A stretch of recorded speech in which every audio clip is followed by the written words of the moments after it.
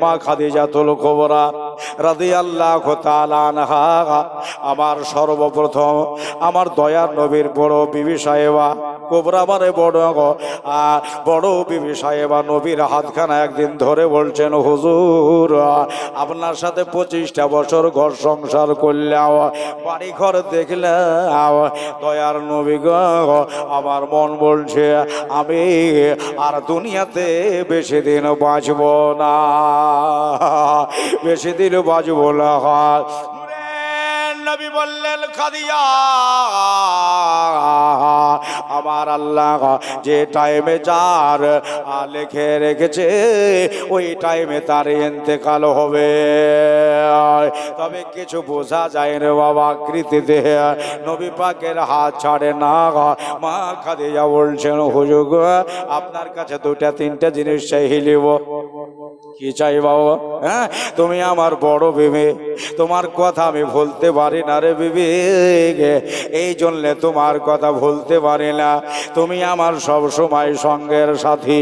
হ্যাঁ, সর্বপ্রথম আমি ইসলামের প্রচার শুরু করলাম, কাফেরেরা বাধা দিল, এই যখন তারা বাধা দিল আমি জোর করে আবার শুরু করলাম। কেন না আমার আল্লাহ তাআলা বলতেছেন, হবে ইসলামের প্রচার শুরু করে দেন।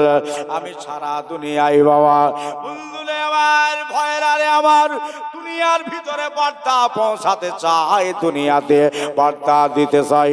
মক্কায় সর্বপ্রথম শুরু করলাম, তারা আমার বিরোধী হয়ে গেল, তারা আমার দুশমন হয়ে গেল। ওই যে কাবা,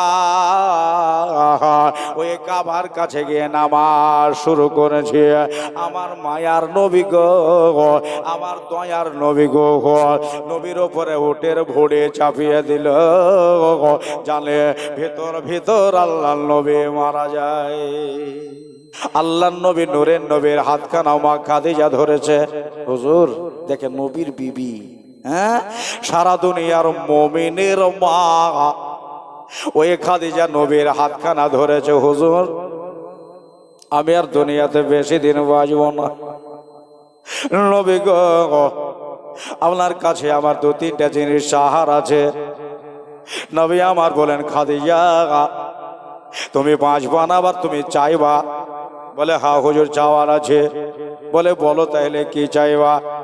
মা খাদিজাতুল কুবরা আমার ফাতেমার মা, আমার মা ফাতেমার আম্মা জান বলছেন, হুজুর আমি যখন ইন্তেকাল হয়ে যাব,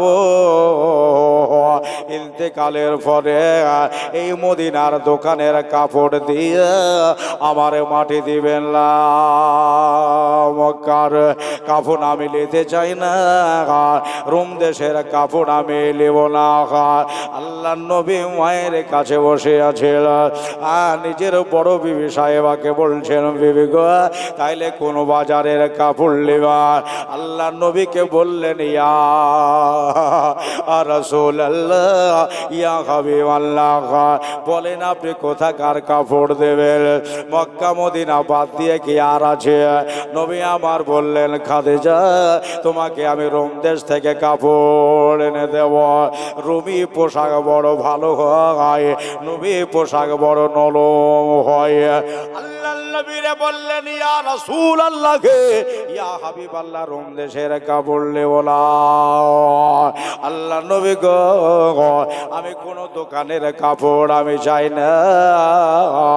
তাহলে খাদিজা তুমি কোথাকার কোন দোকানের কাপড় নেবা?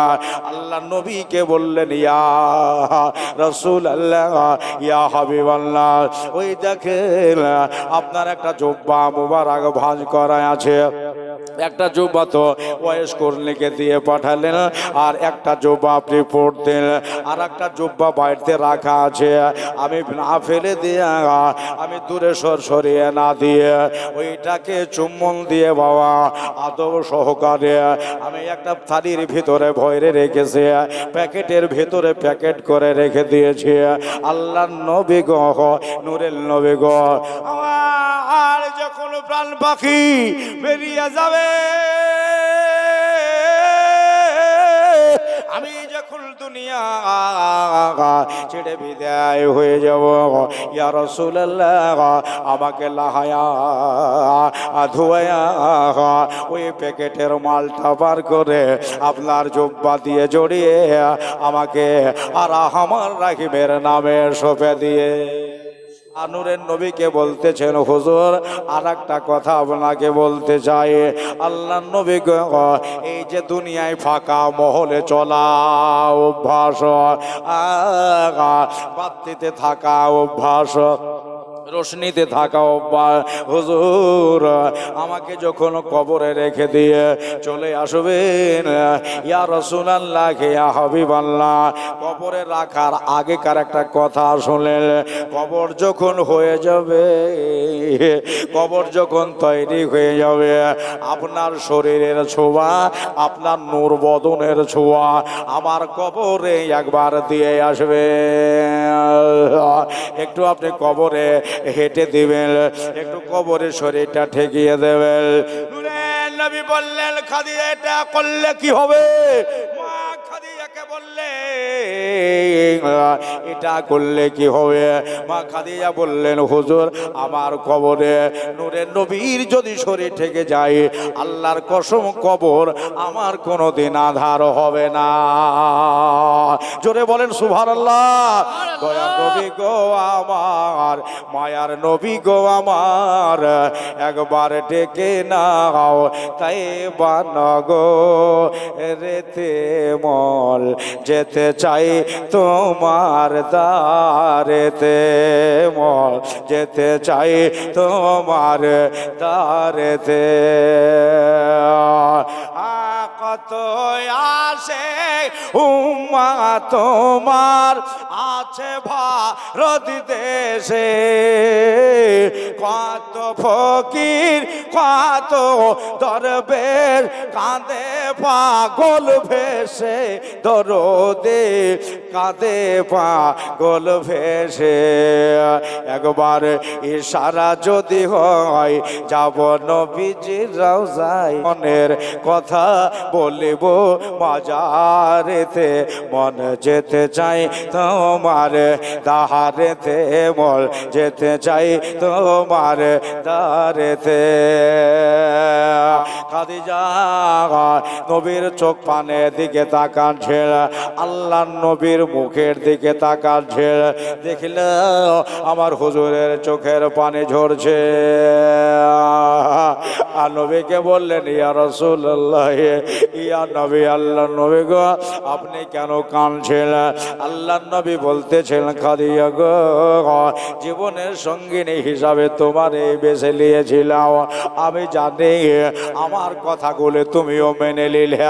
অত বড় অট্টালিকার মালিকা রে, অত বড় আপনার সম্পত্তির মালিকা, প্রথম স্বামীর সম্পত্তি ভাগ ফেলা, দ্বিতীয় স্বামী আবু হেলার ভাগ ফেলা, ওই যে আতিকের সাথে বিয়ে হলো, আতিকের সম্পত্তির ভাগ, আবু হালার সম্পত্তির ভাগ, তোমার বাবা খুয়াইলিদের সম্পত্তির ভাগ, সমস্ত মাল এই আপনার তুমি সব চার ভাগের ভাগ করে আমার কথায় বিক্রি করে দিলে, শুধুমাত্র একটা ভাগ রাখলে। নবী গো আপনি ও ভাগটাও যদি বেশি দিতে বলতেন, সব বেচে দিয়ে ফকির মিসকিনদের হাতে দিয়ে আমি আপনার বাড়ি চলে আসতে। ইয়া রাসূলুল্লাহ, ইয়া হাবিবাল্লাহ, নূরের নবী গো আমি দুনিয়াতে কিছুই চাই না, আমি জানি শাড়ির জন্য নয়, বাড়ির জন্য নয়, নবী গো আপনাকে বিয়ে করা বিরাট আপনাকে দেখে পছন্দ হয়েছিল, মালের জন্য নয়, জায়গা জমির জন্য নয়, আল্লাহ নবীর সাথে যদি আমার বিয়ে হয়ে যায়, আল্লাহর কসম আল্লাহ আমারে জাহান্নাম দিবে না। বন্ধুরে আমার ভাইরা, মা খাদিজা বললেন, হুজুর চোখের পানি আপনার যেন না ঝরে, আমি যে শান্তি পাবো না, ভালো লাগবে না। নিজের আঁচলখানাকে তুলে মায়ার নবীর রহমতের নবীর চোখের পানি মুছিয়ে দিলেন। বন্ধু গো, 65 বছর বয়সে মা খাদিজা আমার নবীকে রেখে দিয়ে, ফাতেমারে রেখে দিয়ে, উম্মে কুলসুমকে রেখে দিয়ে, সবাইকে রেখে দিয়ে রোকাইয়া থাকলো।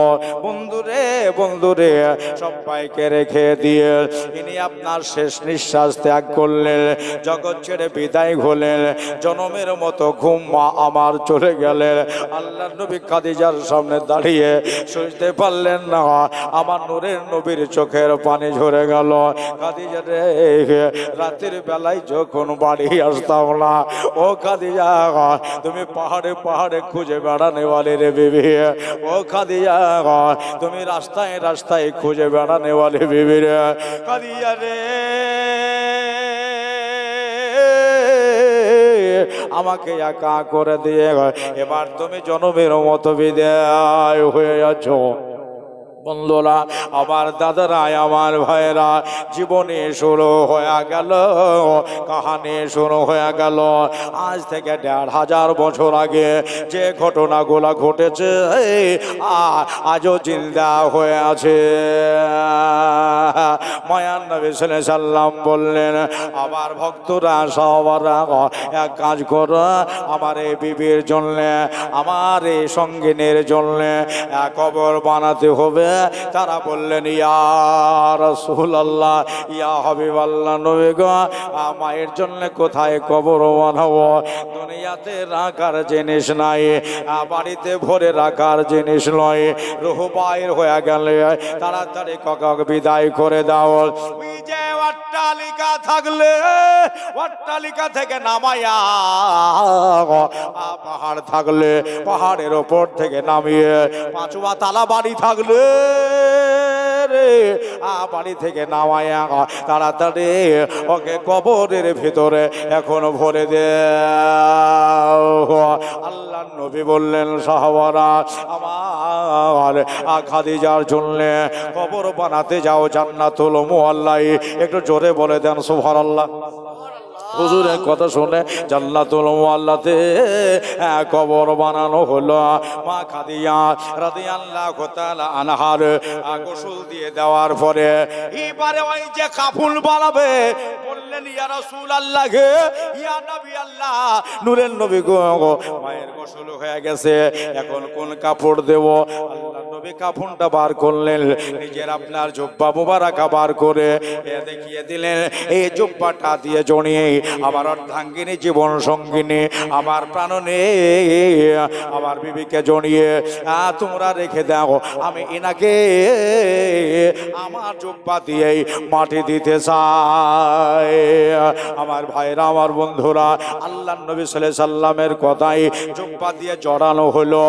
এবার নিয়ে যাওয়া হলো রে। নিয়ে যাওয়ার পরে ওই জান্নাতুল মুআল্লা কবরের ভিতরে রাইখা দিয়া আমার নবী বলতেছেন, আরে আমার জীবন সঙ্গিনী আজ চলে গেল। মা খাদিজাকে ভরার আগে ওই কবরের ভিতরে আল্লাহ নবী নিজেই নেমেছিলেন। নামার পরে গড়া করে দিলেন কবরকে, বলতেছেন, কবরের মাটিরে খাদিজা আসতেছে তোমার কাছে। ও কবরের মাটি তোমার কাছে আমার পহিলা বিবি সাহেব আসছে।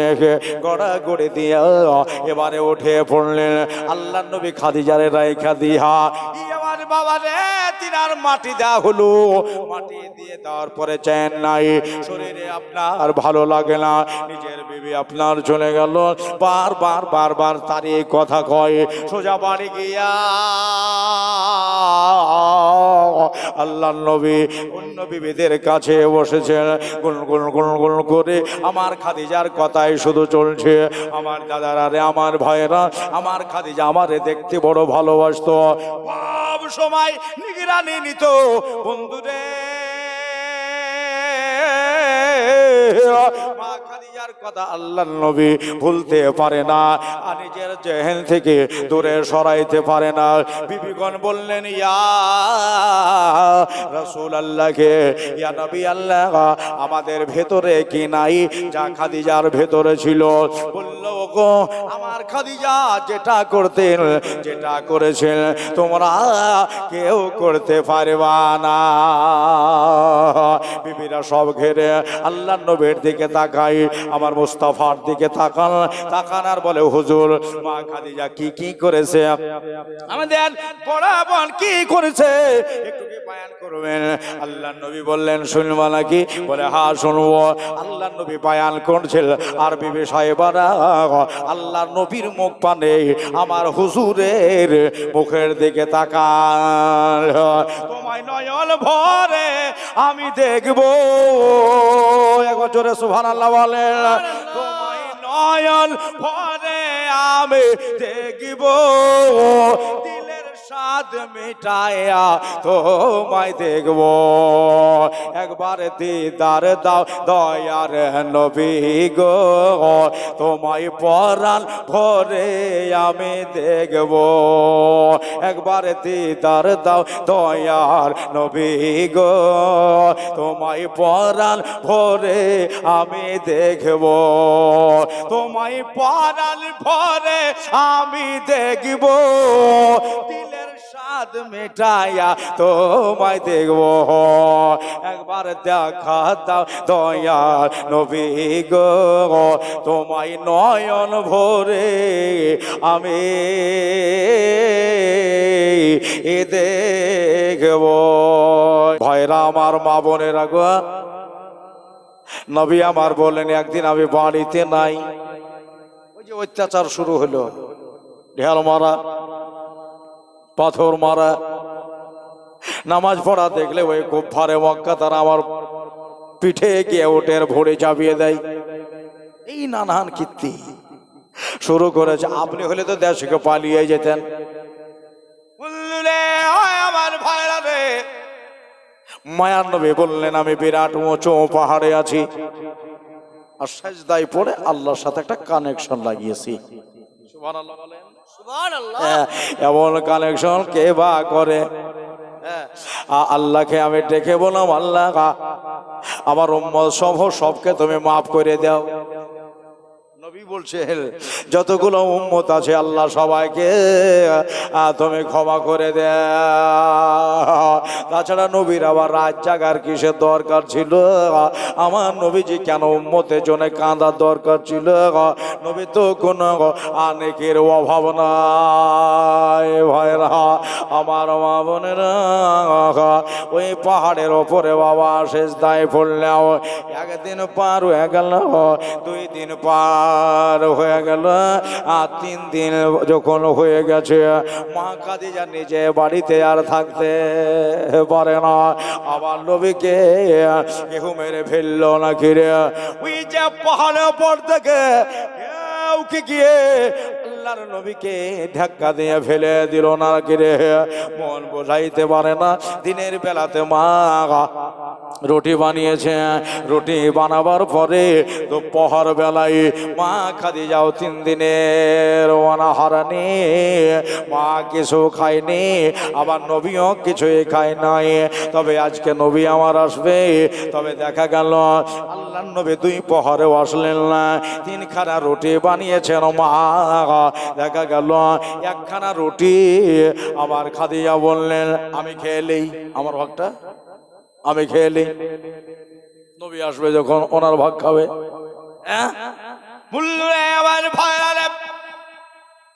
মা বললেন, আমি খেতে পারলাম না, সুন্দর করে আমি চাটনি বানিয়েছি, খোরমা খেজুর ফাটিয়ে ওতে আপনার লবণ মরিচ মাখিয়ে আমি একটা চাটনি বানিয়েছি, আর রুটি বানিয়েছি, গরম গরম খাবেন। কিন্তু হুজুর আমার আসলেন না, আমার ভাগ্যে এলি সবে মাত্র রুটি একটু ভেঙে নিয়ে লবণে ঠেকিয়ে আমি যেমনি খেতে যাওয়া আমার হাত কাঁপতে লাগলো। একবার জোরে বলেন সুবহানাল্লাহ। হাত কেঁপে গিয়ে রুটি আমার রুটির জায়গায় পড়ে গেল। রুটি আমার ভেতর দিকে আর যাচ্ছে না। এই জন্যই 3 দিন থেকে আমার নবী কিছু খায়নি। খাদিজা রে, তুমি কেমন করে রুটি খেতে পারো? আপনার আমার বিবি আছে নাই? হবে নাকি? কেউ আমার খাদিজার মতো হতে পারবে নাকি? দিল দিয়া শোনো, কান দিয়ে শোনো। ইসলামের জন্য আমরা তো কিছুই করতে পারি না রে বাবা। মা বললেন সন্ধ্যা লেগে গেল, আমি ওই রুটি 3 খানাকে আমি কষে পটলি করে বাঁধলাম। বেঁধে এটা 7.5 কেজি পানি আটায় 1 মশক পানি ভরলাম। পানি ভরে নিয়ে যখন মাগরিবের আজান হয়, ওই টাইমে আমি রাস্তার ধারে গিয়ে দেখছি কতগুলো লোক যাওয়া আসা করছে। এভাবে হয়ে গেল, দেখা যাচ্ছে লোক এখনো কমে যায়নি। মোটামুটি রাত 8টা, 8:30, 9টা যখন বাজলো, লোকজন কম হইল। নিজের ডেরাতে ঢুকে গেছে, নিজের বিছানায় ঢুকে গেছে। রাতের ঝিঝি পোকাগুলো, ওই ঘুঘিরা পোকাগুলো ঝিঝি করে ডাকছে। মা বললেন এবার এই ফাঁকে আমি বেরিয়ে যাব নবীর তল্লাশে। বলেন কেহকে আমার নবীকে তোমরা দেখেছো গো? এই কথাকে বলার তো জো নাই। আমাকে যদি কেউ যেতে দেখিলাই, তাহলে আমার পেছে পেছে লোকজন চলে যাবে। পাহাড়ে ওঠার আগে তারা উঠে নবীকে ধাক্কা দিয়ে ফেলে দেবে। এই জন্য সব দুনিয়ার নির্জম হয়ে গেল।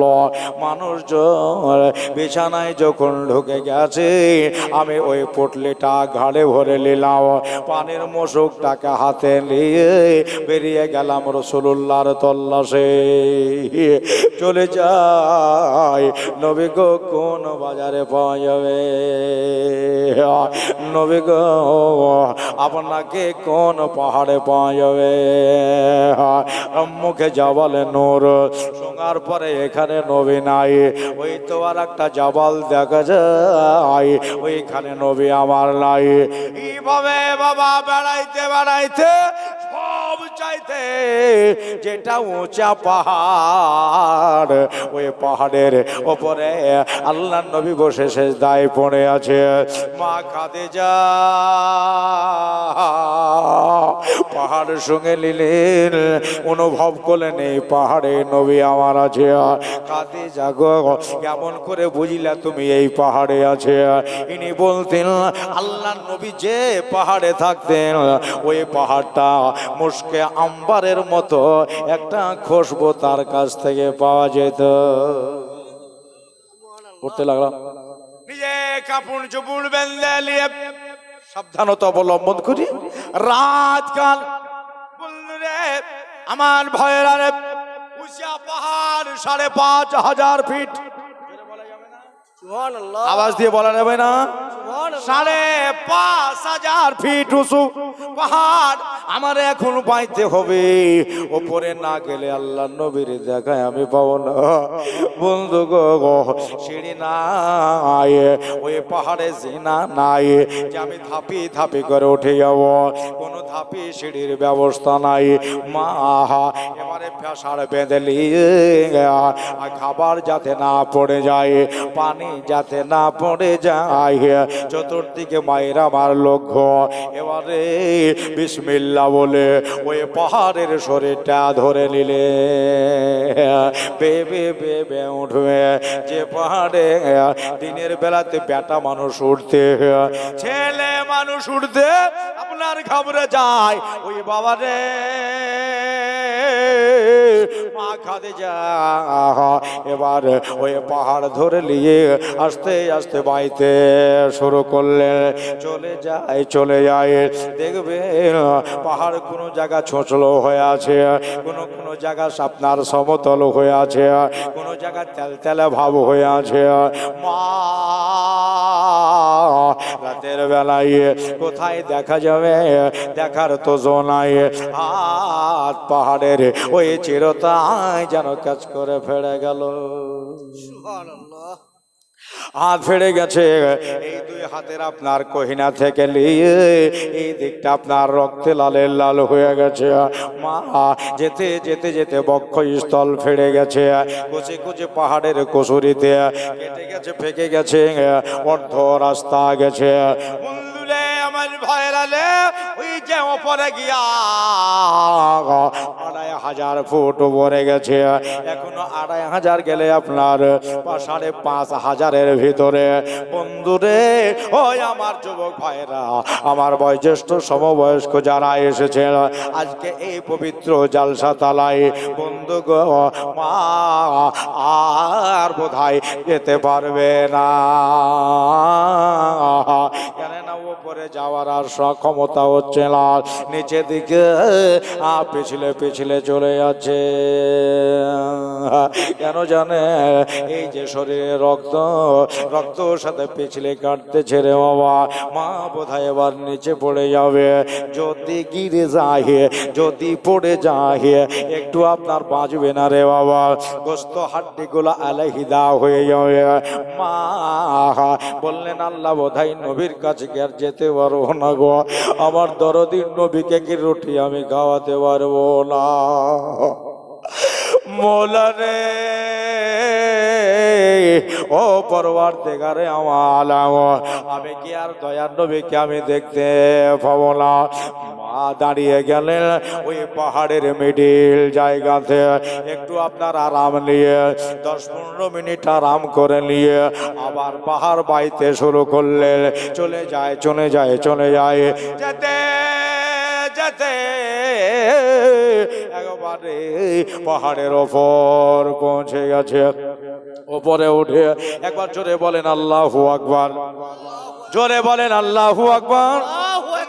আমার ভাইরা রে, আল্লাহ শুরু করে একবারে পাহাড়ের ওপরে চলে গেছে। আপনার খাবার পানিগুলা রেখে দিয়ে মা জননী একটু আরাম করে নিয়ে দোস্তরে বুজুর্গ করে আমার এবার আমার খাবার পানি নিয়ে উঠে দাঁড়িয়ে চারিদিকে চাতক পাখির মতো তাকিয়ে দেখতেছে। নূরের নবী গো, আমার দয়ার নবী গো, আমার মায়ার নবী গো, কই আপনাকে তো কই দেখতে পাই না। হঠাৎ করে আপনার নজরে আসলো ওই তো আল্লাহর পয়গম্বর। বন্ধুরে আমার ভাইরা রে, ওই তো আমার নূরের নবী নিজের হাঁটু দুটা এই পেটের ভিতর ঢুকে গেছে, এক জায়গায় ছোট্ট সেজদায় পড়ে নবী আমার উম্মতের কথা আল্লাহরে বলতেছিল। মা খাদিজা নবী পাকের কাছে গেলেন, আল্লাহর নবীর কাছে গিয়া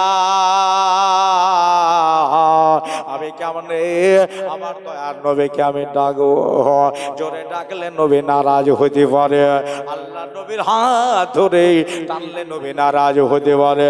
বন্ধুরে আমার ভাইরা রে, কি করা যায়, কি করা যায়? আমার দয়াল নবী সাল্লাল্লাহু আলাইহি সাল্লামের কাছে বসে গিয়ে মা খাদিজা নবীর পায়ে এমনি করে হাত রাখে আর নিজের মুখে চুমা খাই। সুবহানাল্লাহ। নিজে মুখে আপনার চুমু খায়।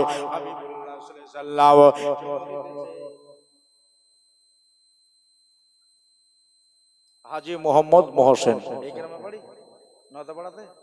হাজী মোহাম্মদ মহসেনের নামে ১০০০ টাকা দান করলেন। এটা দুয়ার দরখাস্ত করেছে, সবাইকে দোয়া ইনশাল্লাহ হবে। দাদারা আমার ভাইরা, আপনারা সকলে শুনেছেন মক্তবের উন্নতি কল্পে এই জালসা। তবে ৪-৫ বছর যা জালসা করেছে আদায় কালেকশন এখানে গ্রামের লোকের লেয় না। গত বছর একটু আপনাদের বলেছিলেন, আর এই বছর যদি পারেন আপনারা 1000, 1000, 2000, 500, 200 মক্তবটার জন্য দিবেন। আর ছেলেদেরকেও পাঠাবেন পড়ার জন্য, কোরআন শরীফ পড়বে। যারা না জানে তারা শিখবে। একজন যোগ্য আলেম আছে এখানে, ইমামের সম্মান করবেন, ইমামকে ভালোবাসবেন। কেমন করে কোরআন শরীফ পড়তে হয় ইমাম সাহেব শিখিয়ে দেবে, কেমন করে জানাজা পড়তে হয় ইমাম শিখাবে, কেমন করে পানি খেতে হয় ইমাম শিখাবে, কি দোয়া পড়ে ভাত খেতে হয় ইমাম শিখাবে। এই জন্যে আপনারা একটু খেয়াল রাখবেন। মা বোনেরা যিনারা আছেন আপনারা 200, 500, 1000 যে যতটুকু পারবেন দেবেন।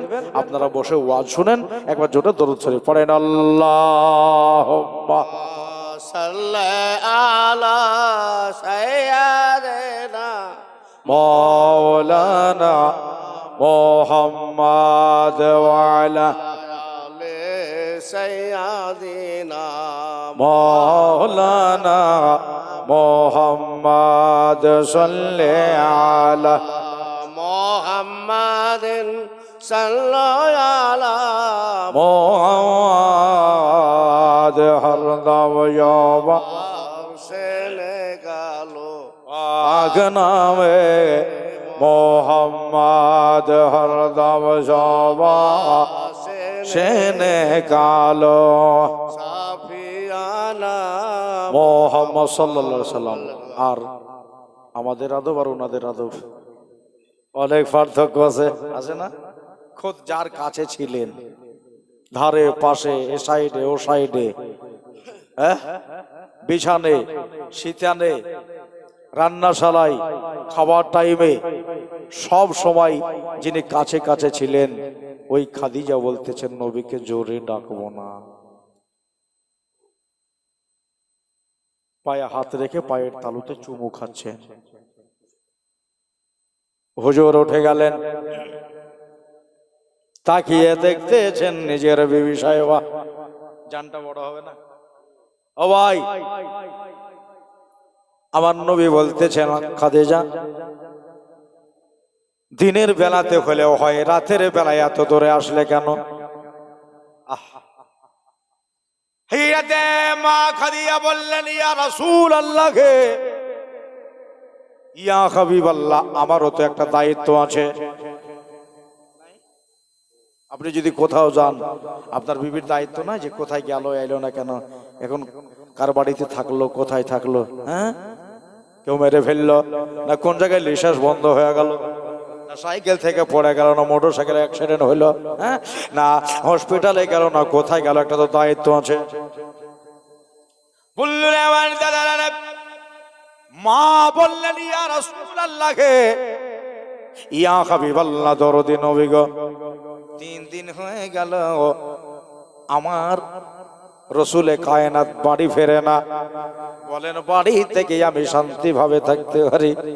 নবী গো, রুটি বানিয়েছি আপনার জন্য, আমার জন্য, দুজনে একসাথে খাবার খাবো। রুটির জায়গায় আছে খাবার, খাবারের জায়গায় আমার নবীর কেন এখনো আগমন হয় না? হুজুর, এই জন্য আপনার জন্য খাবারটা মিলিয়ে আসলাম, এখনো খাবার খেলে। নবী আমার বলতেন, খাদিজা রে, তোমার হাতে কেন রক্ত, তোমার বুকে কেন খুন? খাদিজা, কি হয়েছে? মা বললেন, ইয়া রাসূলুল্লাহ, ইয়া নবী আল্লাহ, নূরের নবী গো, আল্লাহর কসম আমি একটুও বুঝতে পারি না। জোরে বলেন সুবহানাল্লাহ। হুজুর, আমি একটুও জানতে পারি না। আল্লাহর নবী কাছে টেনে নিয়ে ওই ক্ষত স্তনে হাত বুলিয়ে দিলেন, সাথে সাথে রক্ত ঝরা বন্ধ হয়ে গেল। সুবহানাল্লাহ। ওই জায়গা থেকে আল্লাহর নবী নিচে নামিয়ে দুইজনায় পানি চলে আসলেন। বিবিরা আশ্চর্য হলো, বিবিরা শুনে অবাক হয়ে গেল। আল্লাহর নবী গো, আমাদের বোন খাদিজা এত ভালো ভালো কাজ করেছে, আমরা সত্যি এরকম কোনোদিন এখনো করতে পারি না। এই জন্য মায়ের জন্য, বড় বিবি সাহেবার জন্য জন্যে নবী আমার মাঝে মাঝে কাঁদতেন কবরের কাছে আগিয়ে আল্লাহ নবী দোয়া করতেন আর কাঁদতেন কেন না কবর হলো একটা ভয়ানক জায়গা